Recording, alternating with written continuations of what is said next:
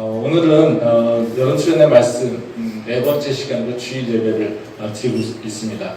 이번 말씀 수련회 주제는 구약의 절기와 예수님 그리고 성령 충만한 삶 이렇게 되어 있습니다. 그래서 구약의 절기를 다시 한번 돌아보면서 예수님과의 연계성 그리고 우리가 어떻게 새로운 삶을 살아갈 수 있을 것인가 이것에 대해서 이제 얘기를 하고 있습니다. 우리가 절기를 공부하는 이유는 제가 매번 얘기하지만 지금 이 시대에 절기를 열심히 지키자는 건 아닙니다. 우리가 절기를 공부하는 이유는 지금 이때에 열심히 절기를 때에 맞춰서 지키자는 것이 아니라요. 바로 하나님께서 우리에게 행하신 일들을 기억하자라고 하는 겁니다. 우리가 하나님의 일들을 기억해야 되는 것은 우리가 세상의 시간이 아니라 믿는 자로서 하나님의 시간을 따라서 살아가는 것이 맞다라는 거죠. 시간에는 우리 다 알다시피 크로노스적 시간이 있고요. 카이로스적 시간이 있습니다.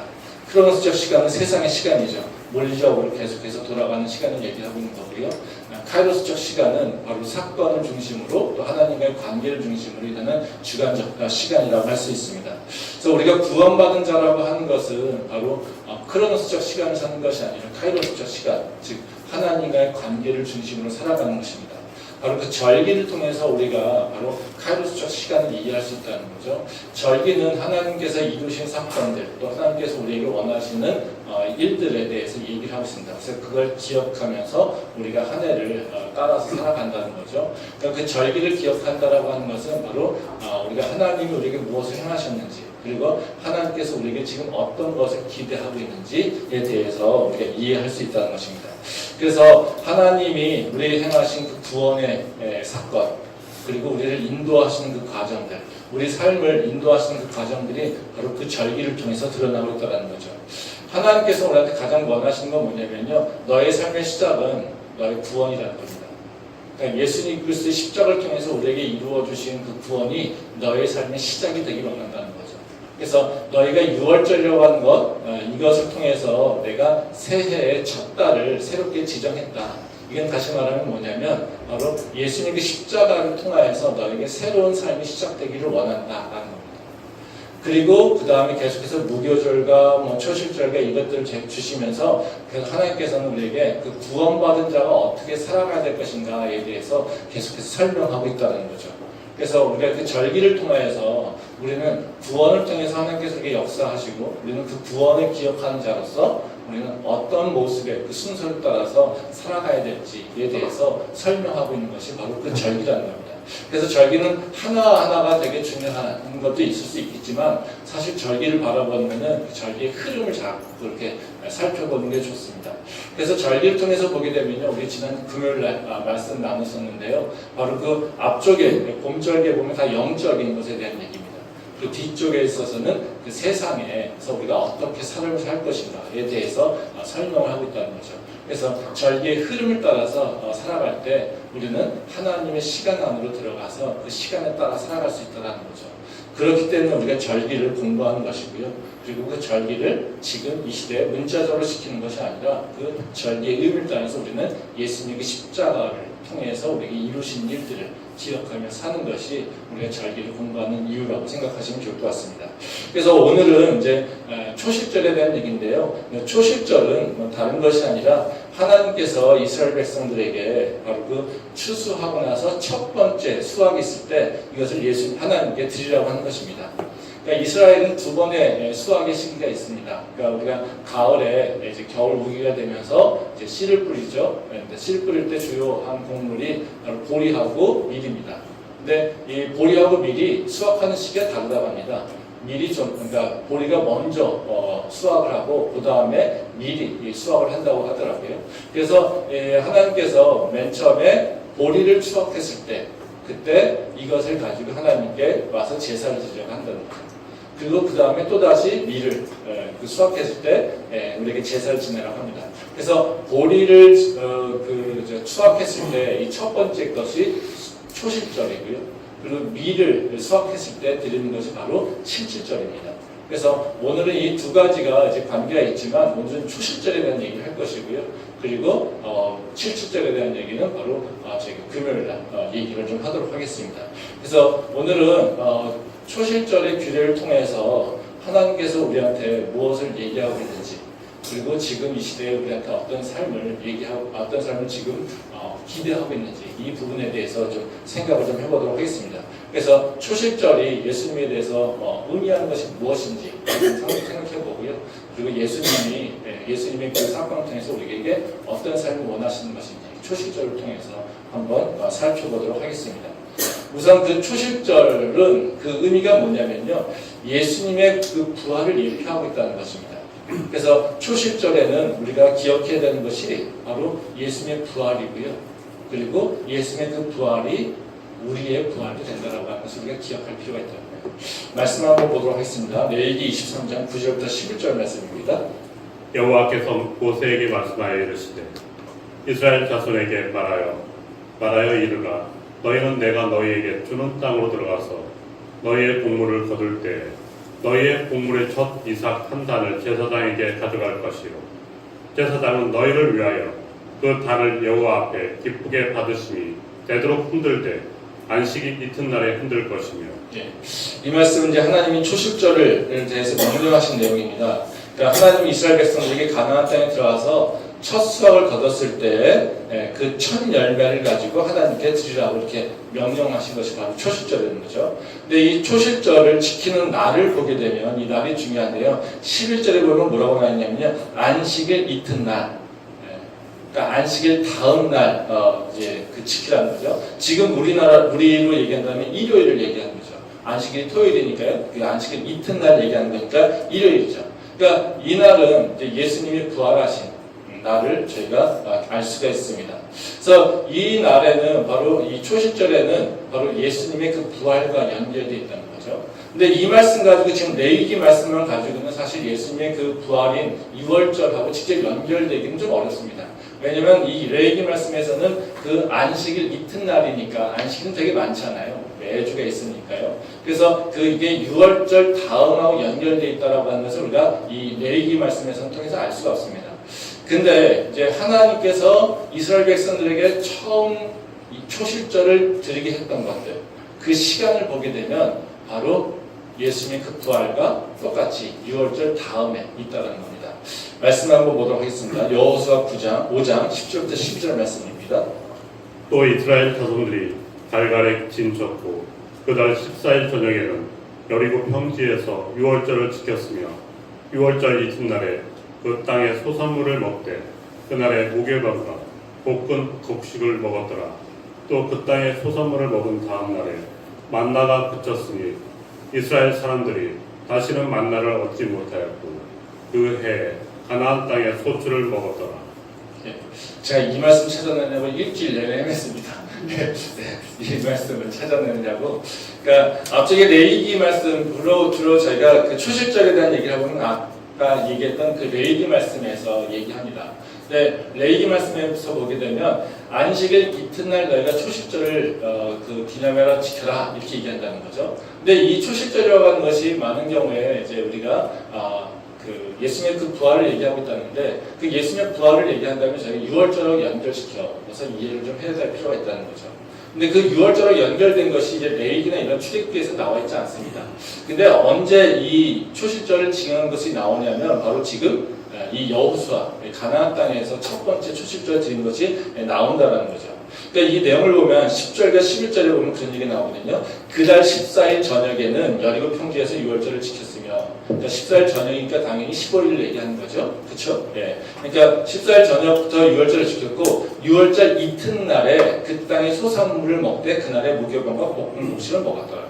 그러니까 6월절을 이튿날이니까 지금 언제예요? 첫 번째 초실절이라고 하는 것은 6월절 이튿날 지났다는 겁니다. 이게 첫 번째 그 6월절이라고 하는 것을 첫 번째 그 초실절이라고 하는 것을 아는 것은 뭐냐면은 12절에 나와 있습니다. 여기 보면 또 그 땅의 소산물을 먹은 다음 날에 만나가 그쳤으니 이스라엘 사람들이 다시는 만나를 얻지 못했고.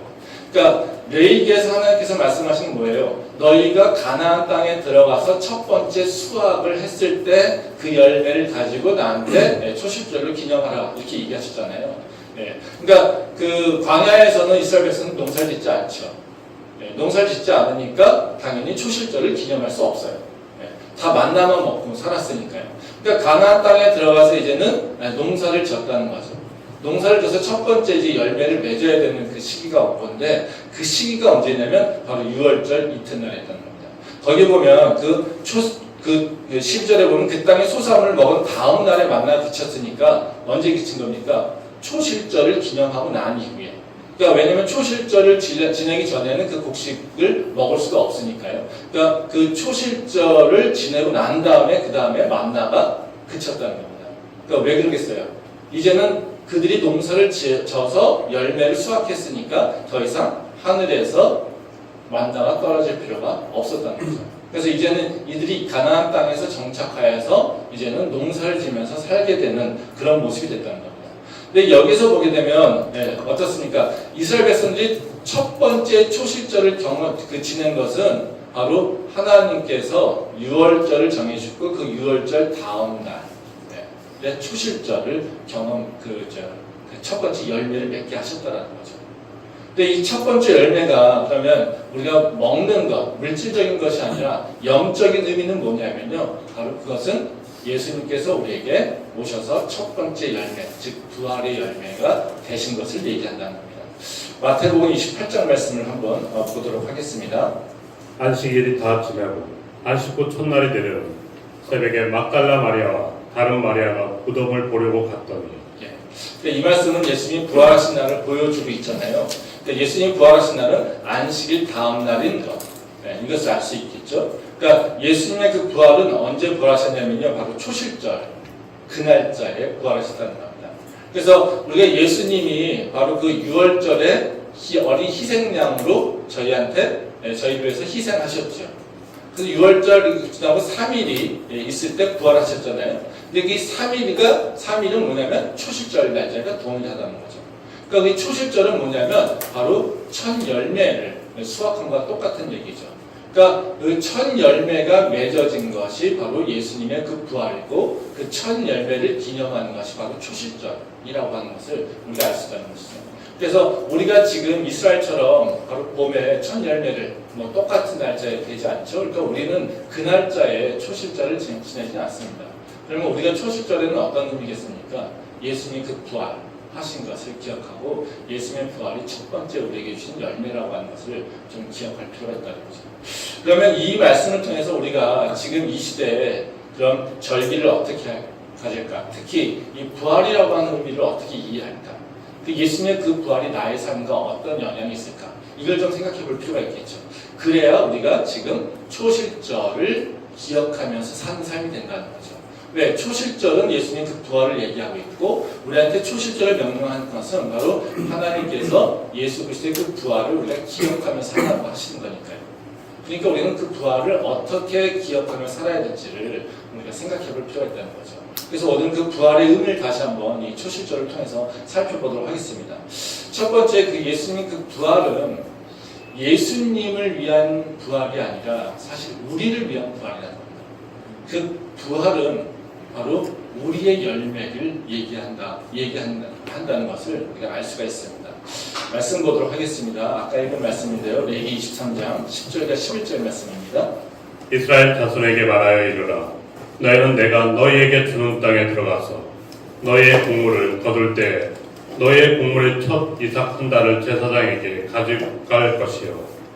제사장은 너희를 위하여 그 단을 여호와 앞에 기쁘게 받으심이 되도록 흔들되 안식의 이튿날에 흔들 것이며.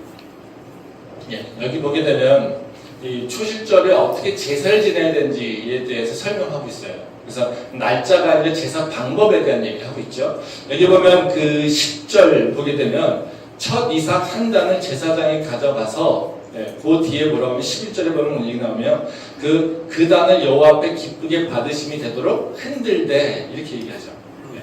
그러니까 제사하는 방식이 첫 번째 수확한 단, 보리 이 단을 가지고 와서 하나님 앞에 이렇게 들었다가 놓는 것을 얘기해요. 이것을 뭐라고 하냐면요, 요제라고 얘기합니다. 요제. 그러니까 요제를, 그러니까 하나님께서 초실절에 우리한테 명령하신 그 절기, 그 제사 방법은 뭐냐면요, 요제라는 거예요. 그러니까 우리가 잘 알고 있는 제사 방법 몇 가지가 있죠. 가장 잘 알고 있는 게 번제잖아요. 그렇죠? 번제는 다 태워서 없애죠. 그렇죠? 근데 요새는 그렇게 태워서 없애고 하지 않습니다. 그냥 요새는 그냥 들었다가 이렇게 놓는 것밖에 없다는 거죠. 뭐 짐승의 경우에는 가슴을 자꾸 흔드는 거, 들 수가 없으니까 뭐 이렇게 된다는 거죠. 근데 이 번제는 남는 것이 없어요. 그렇죠? 제사 지난 데는 그걸 모두가 다 태워버리기 때문에 남는 것이 하나도 없습니다. 근데 이 요제는 어떻게 드리는 거냐면 우리가 재물을 들었다가 놓으니까 그 재물이 그대로 남죠. 그러면 이것을 누가 갖냐면 인간이 갖습니다. 제사장이 갖고요. 요제 들 때는 화목제 때 드리는데 화목제 때는 바로 그 재물을 다 모두가 다 나눠 먹습니다. 그러니까 다시 말하면 하나님께서 이스라엘 백성들에게 그 초실절의 제사는 번제를 드리라고 얘기하는 것이 아니라 요제를 드리라고 해서 그 재물을 남겨둔다는 거예요. 그리고 그 재물을 누가 즐기냐면 인간이 즐긴다. 번제는 하나님이 즐기시는데 바로 요제는 인간이 누린다는 거죠. 누린다는 거죠. 이건 다시 말하면 무슨 얘기 있습니까? 예수님이 부활하셔서 우리한테 열매를 주셨어요. 부활의 열매를. 그 부활의 열매를 우리가 하나님 앞에 들고 나갑니다. 그럼 그 부활의 열매를 태워서 없앱니까? 아니죠. 그 열매를 어떻게 해요? 다시 우리에게로 바꿔서 우리가 그걸 누리고 있다는 거예요. 그러니까 예수님께서 부활의 첫 열매가 되셨잖아요. 그렇죠? 그러니까 우리가 하나님께서 예수님께서 부활하셨다는 것을 우리가 믿음을 고백하면서 하나님께 어떻게 해요? 하나님 우리한테 새 생명 주신 거 감사드립니다. 그리고 하나님께 나가서 그 제사를 드리는 거예요. 그리고 그 제사를 드리고 그걸 다 없애는 것이 아니라 그 새 생명을 없애는 것이 아니라 그 새 생명을 다시 갖고 와서 우리가 누리게 된다는 거죠. 그러면 다시 한번 얘기하지만 그 예수님의 부활은 누구를 위한 겁니까? 하나님이 아니라 우리를 위한 거죠. 그러니까 예수님이 우리에게 오셔서 첫 번째 열매가 되셨다라고 하는 것은 누구를 위한 열매냐면 우리를 위한 열매입니다. 말씀 한번 보도록 하겠습니다. 고린도전서 15장 20절 말씀입니다. 그러나 이제 그리스도께서 죽은 자 가운데서 다시 살아나사 잠자는 자들의 첫 열매가 되셨도다. 이 말씀은 이제 사도 바울이 예수님 그 부활의 의미를 설명해 주고 있습니다. 예수님은 죽은 자 가운데서 다시 살아나서 잠자는 자들의 첫 열매가 되었다. 이렇게 얘기하잖아요. 즉 우리가 새 생명을 얻게 되는데 그것은 뭐냐면 예수님께서 열매 맺은 것 같은 열매를 우리에게도 주신다는 것을 얘기하고 있습니다. 그래서 첫 번째 열매는 바로 우리에게 다시 돌아왔고요. 우리가 그 열매를 다시 계속해서 맺게 되는 이것이 바로 예수님의 그 부활이라는 거죠. 그래서 우리가 초실절을 기억하며 산다라고 하는 건 어떤 의미냐면요. 예수님의 그 부활을 기억하고요. 이 땅에 소망을 두는 것이 아니라 예수님이 부활하신 것에 소망을 품고 사는 겁니다.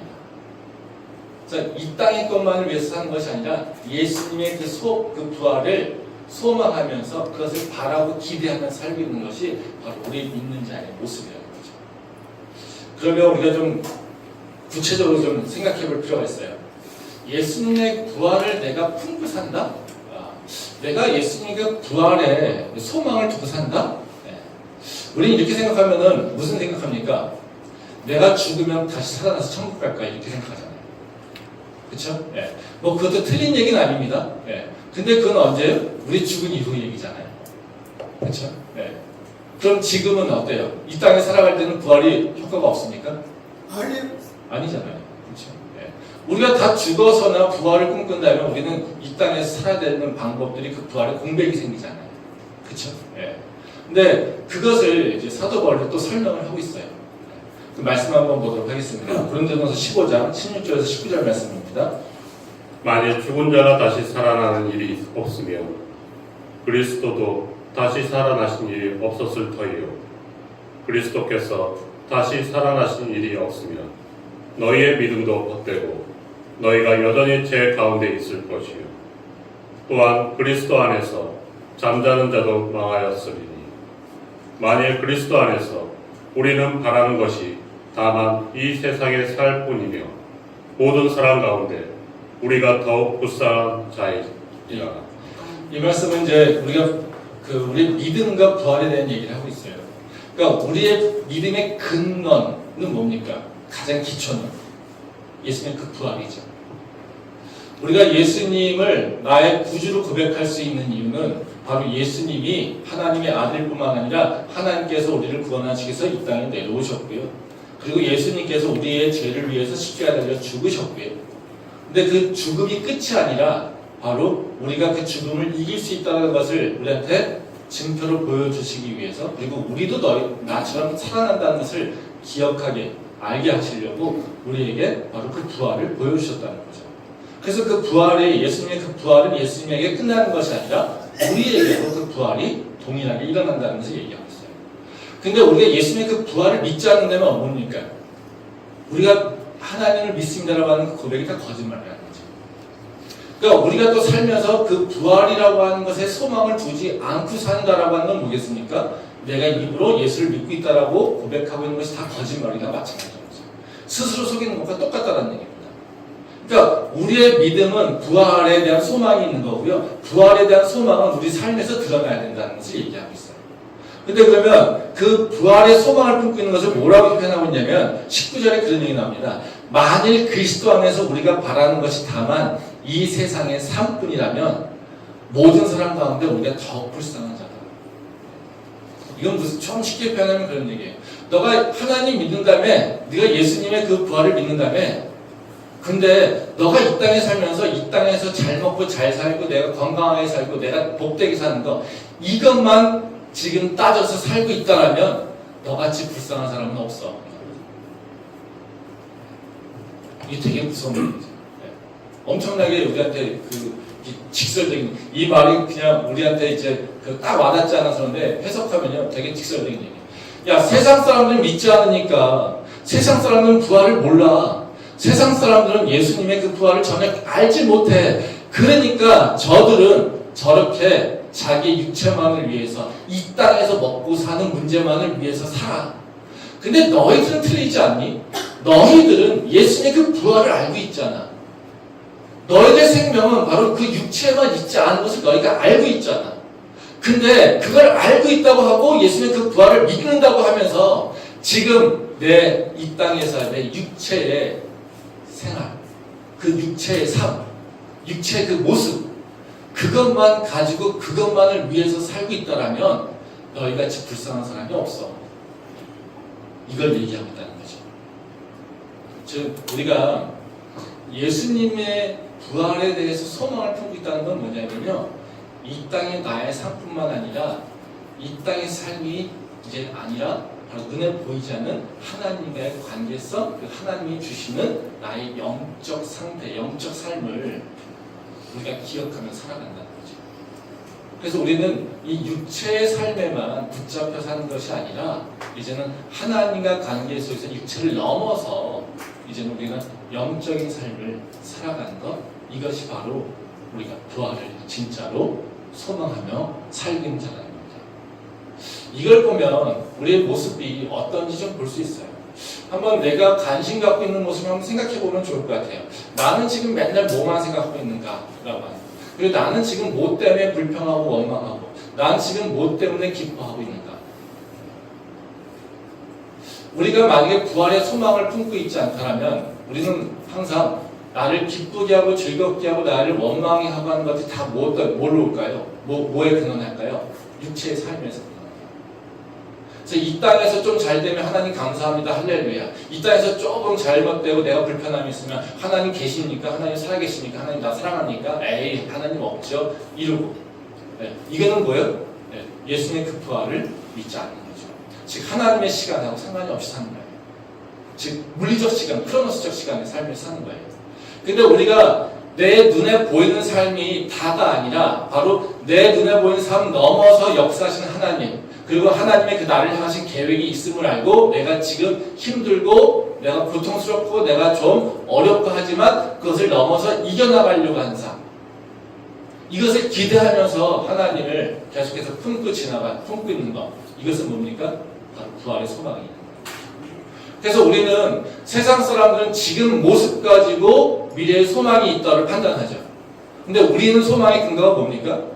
내 지금 삶의 환경이 아니라 하나님에게 있죠. 내 지금 삶의 환경 속에서는 아무런 기대할 것이 없고 의지할 것이 없지만 그렇지만 내 삶을 이끌어 가시는 분이 바로 하나님이라고 하는 것을 우리가 믿고 있기에 나는 하나님에 두고 소망을 품게 된다는 거죠. 아멘. 우리가 예수님 그 십자가를 통해서 완전한 죽음을 보지 않았습니까? 그때는 그건 뭡니까? 이제는 모두가 다 끝났다라는 겁니다. 예수님 그 제자들이 경험한 게 그거죠. 예수님 그 십자가를 통해서 완전히 다 끝났어라는 겁니다. 그래서 예수님 그 십자가를 경험한 그 제자들은 다 어떻게 해요? 자기 그 고향으로 다 뿔뿔이 흩어져서 갔었습니다. 이들이 부활에 대한 소망이 없었기 때문에 그렇죠. 근데 예수님께서 부활하시고 다시 어떻게 해요? 이들을 다시 불러 모으시죠. 그리고 이제는 너희가 이 땅에서의 모습을 보지 말고 나를 바라보는 살라고 얘기하신답니다. 그래서 하나님께서 예수님께서 부활하신 후에 그 제자들은 어떻습니까? 완전히 다른 삶을 살죠.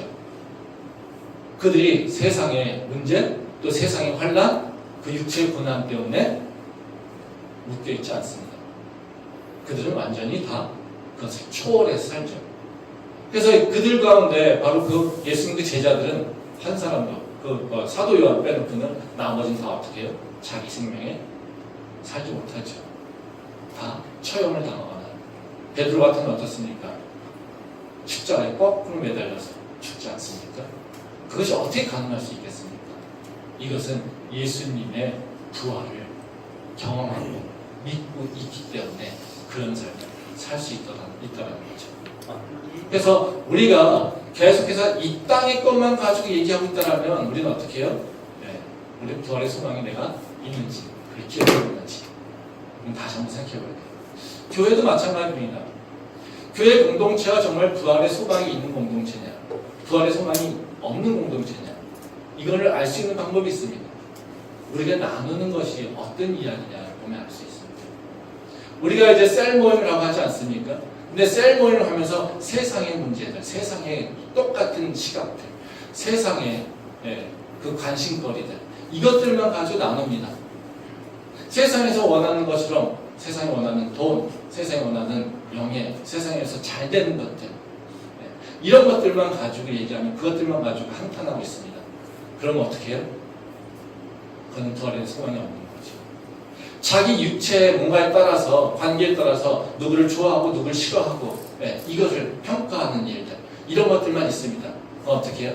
그 공동체는 예수님 그 부활과 관련 없는 공동체라고 할 수 있습니다. 하지만 세상이 아니라 바로 하나님 나라의 소망이 있고 하나님 나라의 관심이 있고 하나님 나라가 어떻게 확장됐을지 우리가 고민을 하고 우리가 어떻게 이 삶에서 소망이 없을 것 같지만 어떻게 우리가 다시 믿음으로 같이 그 모든 것을 이겨나갈 수 있을지 같이 얘기하고 우리가 세상은 돈이 중요하다고 하지만 우리는 그것이 아니라 바로 하나님 나라의 그 가치를 생각하면서 우리가 다른 가치를 생각해야 되는 겁니다. 세상에서는 먹고 사는 문제 얘기하고 있지만 우리는 하나님이 주시는 바로 그 자유에 대한 얘기를 하고 하나님께서 주시는 우리에게 바로 하나님의 아들이 되는 그 권세를 주신다는 것, 그것들을 기억하면서 이제 하나님이 주신 새로운 말씀을 따라 살겠다라고 다시 믿음을 결단하는 그런 공동체, 이 공동체는 바로 부활의 소망이 있는 공동체라는 거죠. 아멘. 만약에 우리가 지금 셀 모임에서 세상의 것들만 가지고 얘기하겠다라면 우리는 다시 한번 생각해 봐야 된다. 내가 다니는 교회는 정말 내가 지금 함께 나눈 이 조그만 모임들은 예수를 믿는 자들일까? 예수님의 그 부활을 기억하고 있는 자들일까? 우리는 그것부터 먼저 생각해 봐야 되는 거죠. 그리고 내가 지금 예수님의 그 부활을 품고 있는 자가 그걸 다시 한번 생각해 볼 필요가 있다는 거죠. 예수님의 그 부활은 우리가 죽어서 가는 것이 아닙니다. 예수님의 그 부활은요, 지금 나에게 역사하고 있습니다. 그 예수님이 부활의 그 첫 열매가 되셔서 나에게 그 첫 열매를 주시고 그 첫 열매에 대해서 감사라고 하는 것은 바로 지금 너의 삶이 변하고 있다는 것을 우리한테 요구하고 있다는 거죠. 그래서 그 부활은요, 절대로 우리가 육체의 죽음을 맞아서 오는 것이 아닙니다. 언제요? 지금 이 순간. 그 부활의 능력은 내 삶에서 드러나고 나타내야 됩니다. 바로 그 믿음의 삶이 우리 모두의 삶이 될 수 있기를 소망합니다. 두 번째로 이제 우리가 초실절을 통해서 드러나는 부활절의 의미는 뭐냐면요, 나의 삶에서 열매 맺는 그 방법에 대해서 설명하고 있어요. 그러니까 내 삶에서 뭔가 새로운 열매를 맺기 위해서는 어떤 노력이 필요하냐면요, 하나님의 말씀을 지키려고 하는 그 노력이 필요하다는 거예요. 즉, 내가 하나님의 말씀을 따라 살려고 뭔가 결단하고 그것을 지켜나가려고 내가 한가님을 쓸 때 하나님의 새 열매가 내 삶에서 일어난다는 거예요. 말씀 한번 보도록 하겠습니다. 여호수아 5장 10절과 10절 말씀입니다. 또 이스라엘 자손들이 길갈에 진쳤고 그달 14일 저녁에는 여리고 평지에서 유월절을 지켰으며 유월절 이튿날에 그 땅의 소산물을 먹되 그날의 무교병과 볶은 곡식을 먹었더라. 예. 이제 이 말씀은 이제 언제 그 초식절을 지내는지에 대한 얘기를 하고 있어요. 우리가 이제 유월절, 무교절, 초실절 이렇게 보고 있잖아요. 근데 이 초실절의 날짜가 언제냐면요, 무교절 안에 있어요. 지금 여기 보면 유월절 이튿날이잖아요. 그러니까 다시 말하면 일요일이에요. 예. 근데 무교절은 언제부터 시작됩니까? 예. 토요일 저녁부터 시작돼요. 그러니까 우리가 지난 금요일날 얘기했듯이 무교절이라고 하는 것은 바로 유월절 다음부터 7일간이 되는 거잖아요. 그러니까 우리가 생각에 유월절, 무교절, 초실절 이렇게 생각하니까 초실절은 무교절 끝난 후에 일어나는 걸로 생각한단 말이죠. 근데 그렇지 않아요. 초실절은 언제 있냐면요, 무교절 한가운데 있어요. 무교절 가운데 있다는 거죠. 그러면 이게 왜, 그러니까 절기를 따지자면 사실 이게 되게 웃긴 얘기죠. 절기를 얘기한다면 어떻게 해요? 겹치는 일이 없어야 돼요. 그냥 순서대로 가야 되잖아요. 그러니까 우리 유월절, 무교절, 초실절 얘기하면 유월절 날짜 있고 그때부터 7일간 그 무교병을 먹고 그 다음에 또 어떻게 해요? 초실절이 있어서 있고, 이게 순서대로 해야 지키기가 쉽잖아요. 그쵸? 근데 여기 보면 초실절을 지킨 다음에 그 다음에 무교병을 먹으잖아요. 그리고 유월절 끝난 후에 안식일 다음 날이니까, 그쵸? 그러니까 월요일이 바로 초실절이에요. 네. 그러니까 이거는 다시 말하면 무슨 얘기예요? 네. 무교절 한가운데 초실절이 있다는 거죠. 열매는 언제 맺습니까? 무교병을 먹고 있을 때 열매 맺는다는 거예요. 너가 무교병을 먹고 있을 때 너는 하나님의 열매를 경험할 수 있어, 이거예요. 너희가 세상 속에서 열매를 맺는 것은 세상적인 방법으로 살아갈 때 너희가 열매를 맺는 것이 아니라 하나님 말씀에 따라서 세상의 방법이 아니라 세상에 누룩이 없는 그 빵을 먹고 있을 때 너희 삶 속에서는 열매를 맺어, 이겁니다. 그러니까 우리가 무교절이라고 하는 것의 그 의미를 생각해 봤잖아요. 무교절은 어떠해요? 유월절이 끝난 이후에 새로운 삶의 시작에 대한 훈련이라고 얘기했죠. 그러니까 유월절이 끝난 다음에 하나님께서 우리한테 무교병을 먹으라고 얘기합니다. 무교병이라고 하는 누룩이 없는 건데, 누룩이라고 하는 것은 성경에서 보면은 그 죄와 연결된 이미지죠. 그러니까 죄와 연결된 것, 또 과거의 구습 있는 것들. 그래서 무교절에는 그 과거의 누룩을 제해버리라고 우리한테 얘기하고 있잖아요. 그렇죠? 그렇다는 것은 무슨 얘기예요? 우리가 예수님의 그 부활을 경험했으니까 너는 이제는 새로운 삶의 방식으로 살아야 돼. 근데 우리가 과거의 구습에 묶여 있잖아요. 습관에 잡혀 있잖아요. 과거에 살던 방식대로 우리가 예수님 믿는다고 바로 그냥 없어집니까? 그렇지 않잖아요. 우리는 예수님을 믿는다고 해도 계속해서 옛날 삶의 방식대로 살아내요. 그렇죠? 네. 우리가 예수님 믿는다고 갑자기 내 삶이 갑자기 확 바뀝니까? 전혀 그렇지 않아요. 그러면 예수님을 믿는다고 했을 때 우리가 어떤 일이 있어야 되냐면 예수님이 우리가 원하신 삶의 방식으로 훈련이 들어가야 된다는 거예요. 그것이 뭐예요? 무교절이죠. 네. 넌 여태까지는 과거에는 누룩이 있는 폭신폭신한 빵들을 먹고 살았어. 너 입에 맞는 것을 먹고 살았어. 너 육체가 편한 것을 위해서 살았어. 근데 그렇지 않아. 이제는 너가 예수를 믿었으니까 너는 이제는 세상이 원하는 삶이 아니라 세상의 삶의 방식이 아니라 이제는 예수님이 원하는 방식으로 살아야 돼. 이것이 바로 무교병이죠. 무교절입니다. 근데 그 무교절이라는 것이 사실 우리한테 어때요? 고난이죠. 왜? 훈련의 시간이니까. 어렵잖아요. 그러면 이 무교절을 이길 수 있는 건 뭐겠습니까? 하나님께서 내 삶 가운데 역사하시는 것을 경험할 때 내가 이겨낼 수 있죠. 그쵸? 네. 그러면 하나님께서는 바로 그 훈련, 무교병을 먹으면서 불편한 마음 있는 것들, 그리고 무교병을 먹으면서 내가 이걸 왜 하고 있는지 사실 의심이 들려고 하는 그 상황들 분명히 있을 거 아니겠습니까?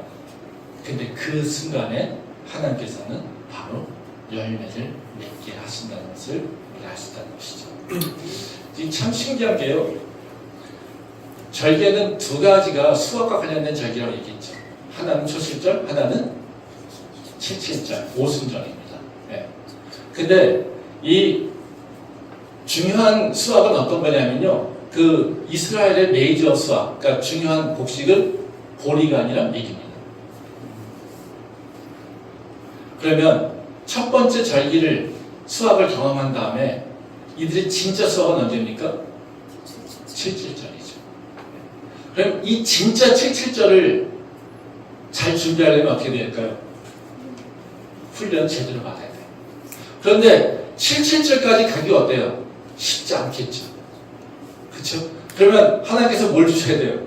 우리한테 유인책을 주셔야 돼요. 사실 새로운 삶의 방식을 살아가는 방법을 알려주셔야 되죠. 그래서 이스라엘 백성들은 이 초실절을 끝내는 게 아니라 초실절을 지내면서 뭘 준비하냐면요. 칠칠절 준비하는 거예요.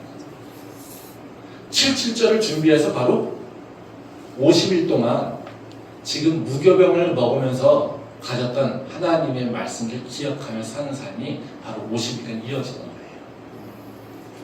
그게 어려울 수 있겠지만요. 네? 그걸 지키려고 노력해 가는 거예요. 왜요? 소망이 있잖아요. 아, 하나님께서 이 보리도 이렇게 수확을 풍성하게 해결해 주셨네. 야, 우리같이 예? 물을 먹는 땅에서 살고 있는데 이 땅에서 우리가 지금 수확을 맺고 있네. 그쵸? 이게 그 초실절을 그 경험하면서 이스라엘 백성들이 어떻게 해요?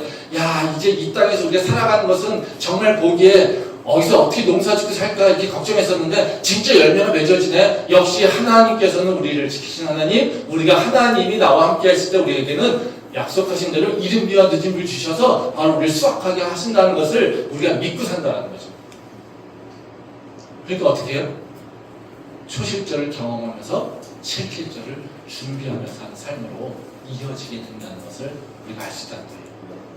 그러니까 열매는 언제 맺어진다는 거예요? 하나님께서 너희가 세상의 방법을 살아가는 것이 아니라 하나님의 말씀을 따라서 살아갈 때 너가 그걸 지키려고 노력해 나갈 때 하나님께서는 열매를 맺게 하는 그 역사를 일으키신다는 겁니다. 말씀 한번 더 보도록 하겠습니다. 요한복음 14장 12절 말씀입니다. 내가 진실로 진실로 너희에게 이르노니 나를 믿는 자는 내가 하는 일을 그도 할 것이요 또한 그보다 큰 일도 하리니 이는 내가 아버지께로 감이라. 너희가 내 이름으로 무엇을 구하든지 내가 행하리니 이는 아버지로 하여금 아들로 말미암아 영광을 받으시게 하려 함이라. 내 이름으로 무엇이든지 내게 구하면 내가 행하리라.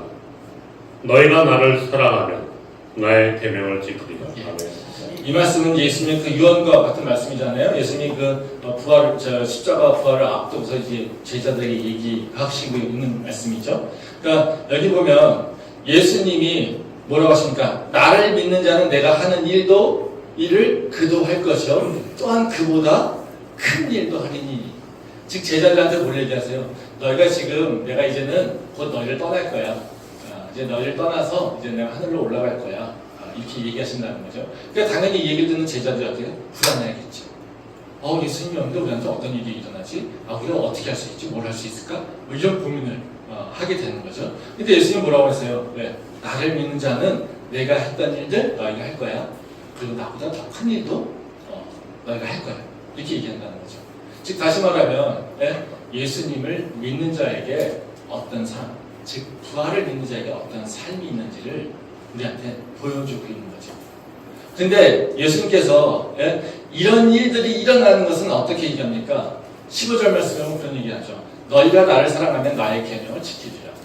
즉 우리가 그 말씀 잘 알고 있잖아요. 내가 너 안에, 너가 내 안에. 그렇죠? 그렇게 있을 때 너희는 열매를 맺는 거죠. 그렇죠? 그 가지가 포도나무에 잘 붙어 있어야지 열매를 맺는 거잖아요. 그렇죠? 그러면 그 열매를 맺기 위해서는 우리가 예수님에게 잘 붙어 있어야 된다는 거죠. 그 잘 붙어 있는다는 의미는 뭐겠습니까? 다른 것이 아니라 예수님의 그 계명을 잘 지키는 것. 네, 이거죠. 적어도 우리가 계명을 완전히 지킬 수는 없죠. 네. 그러니까 우리가 원하시는 건 뭐냐면요, 그 계명을 지키려고 하는 믿음이 결단이 있어야 된다는 거예요. 그리고 그걸 따라 살려고 하는 노력이 있어야 된다는 거죠. 우리가 무교절을 통해서 예수님께서 하나님께서 원하시는 거는 너희가 완벽하랍니까? 아닙니다. 네.